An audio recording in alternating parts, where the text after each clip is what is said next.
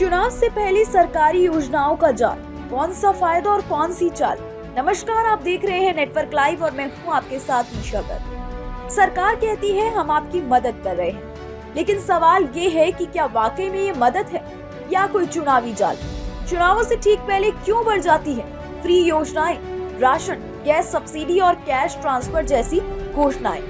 क्या ये विकास है या फिर वोटों की बोली। चुनाव आयोग के मुताबिक हर आम चुनाव से 3 से 6 महीने पहले राज्य और केंद्र सरकार लाभकारी योजनाओं का ऐलान करती है। 2019 के लोकसभा चुनाव से पहले पीएम किसान योजना का ऐलान, 6,000 प्रति वर्ष सीधा अकाउंट में। आयुष्मान भारत कार्ड की रफ्तार बढ़ाई गई।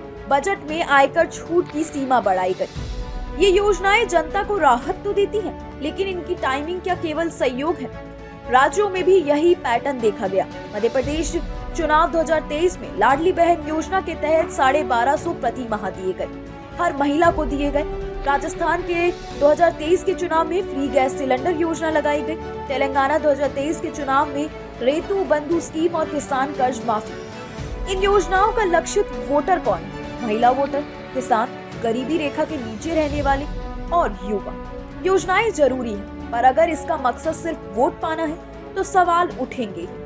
आदर्श आचार संहिता यानी कि मॉडल कोड ऑफ कंडक्ट लागू होने के बाद ऐसी योजनाओं पर रोक लग जाती है, लेकिन उससे पहले सरकार इस लूपहोल का भरपूर फायदा उठाती है। कोई भी नई योजनाएं या पुरानी स्कीम का विस्तार चुनाव की घोषणा से पहले ही किया जाए, ताकि इसे चुनावी लालच न माना जाए। यानी जब तक चुनाव की घोषणा नहीं होती, सरकारें खुलकर योजनाएं बांट सकती हैं, और यही सबसे बड़ा पॉलिटिकल टूल बन गया है।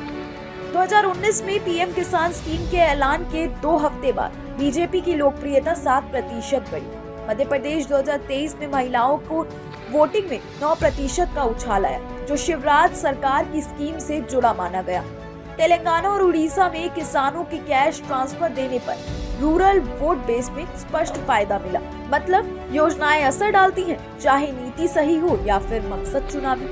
जब स्कीमें वोट के लिए चलाई जाती हैं, तो अक्सर लंबे समय तक बजट का बोझ बढ़ता है। विकास के असली मुद्दे छिप जाते हैं। गैर लाभार्थी वर्ग नाराज होता है और कई बार लाभार्थी को बाद में लाभ मिल ही नहीं पाता। और यही फॉर्मूला हमने हाल ही में दिल्ली की मुख्यमंत्री बनी रेखा गुप्ता के चुनाव प्रचार में भी देखा। रेखा गुप्ता ने चुनाव से पहले वादा किया कि क्षेत्र की महिला को विशेष योजनाओं का लाभ, युवाओं को स्किल ट्रेनिंग और सीनियर सिटीजन के लिए हेल्थ कार्ड दिए जाएंगे। लेकिन सवाल ये है कि ये वादे जनसेवा की थी या फिर जनभावों को मोड़ने का तरीका। जनता इंतजार कर रही है कि क्या ये वादे कागज से निकलकर कभी जमीन पर उतरेंगे, या फिर ये भी उन्हीं प्री इलेक्शन स्कीम्स की तरह सिर्फ वोट तक सीमित रह जाएंगे। योजना देना गलत नहीं, लेकिन योजना की नीयत और टाइमिंग पर सवाल जरूर उठते हैं। सरकारें आएंगी जाएंगी, लेकिन जनता को अपना विवेक बनाए रखना होगा, क्योंकि आज जो स्कीम मुफ्त है, हो सकता है कि कल वही ईएमआई की शक्ल में लौटे। मैं हूं ईशा गर्ग और आप देख रहे हैं नेटवर्क लाइव, जहां खबरों का सच कभी झुकेगा नहीं।